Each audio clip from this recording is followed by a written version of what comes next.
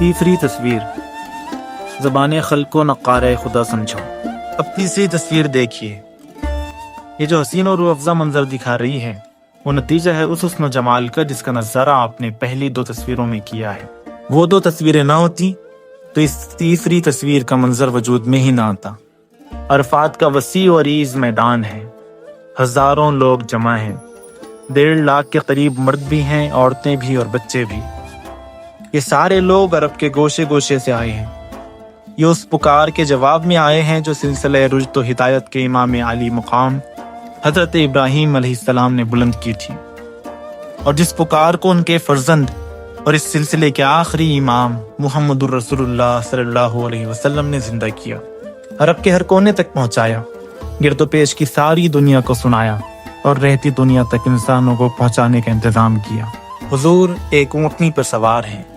اپنی امت کو آخری ہدایت دے رہے ہیں۔ تقریر کے اختتام پر پہنچتے ہیں تو ان ہزاروں لوگوں کو مخاطب کر کے پوچھتے ہیں، کل خدا کے ہاں تم سے میرے بارے میں پوچھا جائے گا، لوگوں مجھے بتاؤ کہ اس وقت تم کیا کہو گے؟ ہزاروں کے مجمع نے ایک آواز ہو کر کہا، ہم گواہی دیتے ہیں کہ آپ نے خدا کا پیغام پہنچا دیا، آپ نے رسالت کا حق ادا کر دیا، آپ نے نصیحت کا کام پورا کر دیا، آپ نے امانت الہی کو کما حق ہم تک پہنچا دیا۔ حضور نے اپنے کلمے کی انگلی کو بلند کیا، کبھی آسمان کی طرف اٹھاتے، کبھی مجمع کی طرف جھکاتے، اور فرمایا، اللہم اشہد، اے اللہ تو گواہ رہنا، اللہم اشہد، اے اللہ تو گواہ رہنا، اللہم اشہد، اے اللہ تو گواہ رہنا۔ کوئی ہے جو اس طرح انسانوں اور خدا کو اپنے فرض کی تکمیل پر گواہ بنا سکتا ہے؟ یہ تصویر کیا ہے؟ آپ کے لیے ایک سوال ہے۔ آپ برسوں سے ایک دعوت اور پیغام کے لمبردار ہیں، اس دعوت کو آپ نے اپنی پوری زندگی کا مقصد قرار دیا ہے، آپ کے شب و روز اسی مقصد کی خاطر گزرتے ہیں۔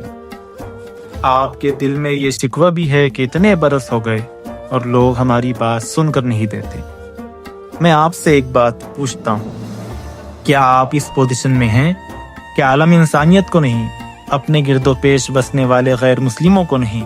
اپنے ملک کو نہیں، اپنے شہر کو بھی نہیں، صرف اپنے محلے یا اپنے خاندان کو جمع کر کے گواہی لیں کہ کیا میں نے خدا کا پیغام تم تک پہنچا دیا،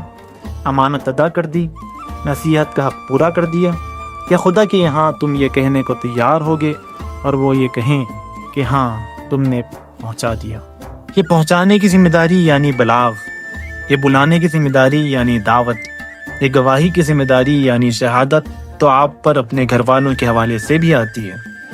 اپنے خاندان والوں کے حوالے سے بھی، محلے میں رہنے والوں کے حوالے سے بھی،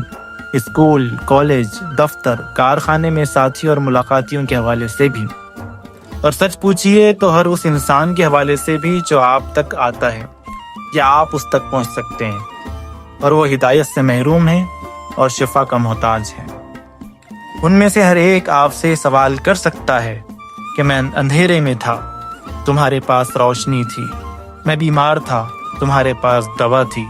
میں سو رہا تھا، تمہارے پاس صدائے جرس تھی، میں بھٹک رہا تھا، تمہارے پاس راہ کی خبر تھی، پھر تم کیا کر رہے تھے؟ اگر آج میں خدا کے ہاں ہلاکت سے دوچار ہوں